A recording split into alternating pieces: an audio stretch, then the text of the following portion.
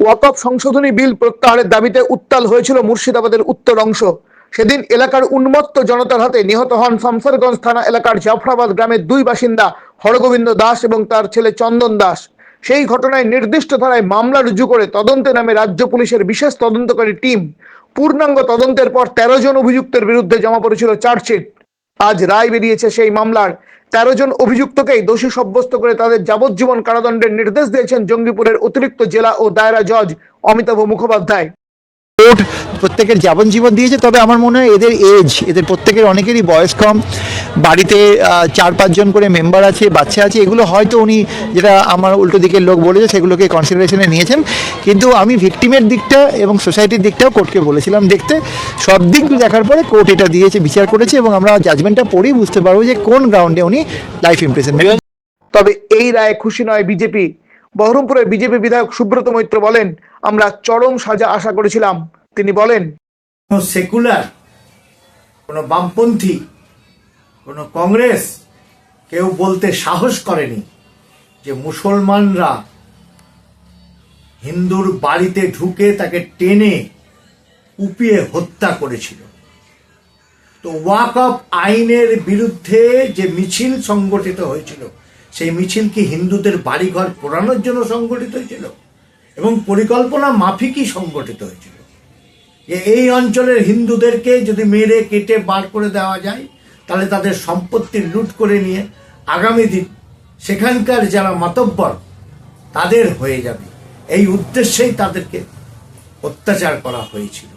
যাই হোক, সবশেষে ভারতীয় জনতা পার্টির বলিষ্ঠ কার্যকর্তা এবং আমাদের বিরোধী দলনেতা শুভেন্দু অধিকারী, আমাদের প্রাক্তন প্রেসিডেন্ট সুকান্ত মজুমদার, সকলের ঐকান্তিক চেষ্টায় যেভাবে এটাকে নিয়ে আইনত লড়াই শুরু করেছিল তার আজ পরিণতি হয়েছে জঙ্গিপুর আদালতে।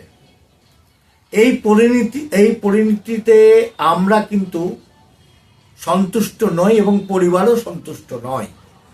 কারণ হত্যা যেখানে হলো তার সমস্ত এভিডেন্স যখন প্রমাণিত হলো, টিআই প্যারেডে যখন হরগোবিন্দ দাসের স্ত্রী চিহ্নিত করলো 3 জনকে, তা সত্ত্বেও জঙ্গিপুর আদালত কিভাবে যাবজ্জীবন কারাদণ্ডে দণ্ডিত করে, এটা আমাদের সকলের কাছে প্রশ্ন। আমরা কোর্টের রায়ে সন্তুষ্ট নই। মহামান্য আদালত যা বিচার দিয়েছেন তা আমাদেরকে মেনে নিতে হবে। তবে আমাদের উচ্চ নেতৃত্ব, রাজ্য নেতৃত্ব এবং বিশেষ করে বিরোধী দলনেতা শুভেন্দু অধিকারী আগামী দিন এই কোর্টের রায়কে না মানার জন্য কলকাতা হাইকোর্টে আবার অ্যাপিল করতে চলেছেন। আমরা চাই যেভাবে হত্যা করা হয়েছিল, যারা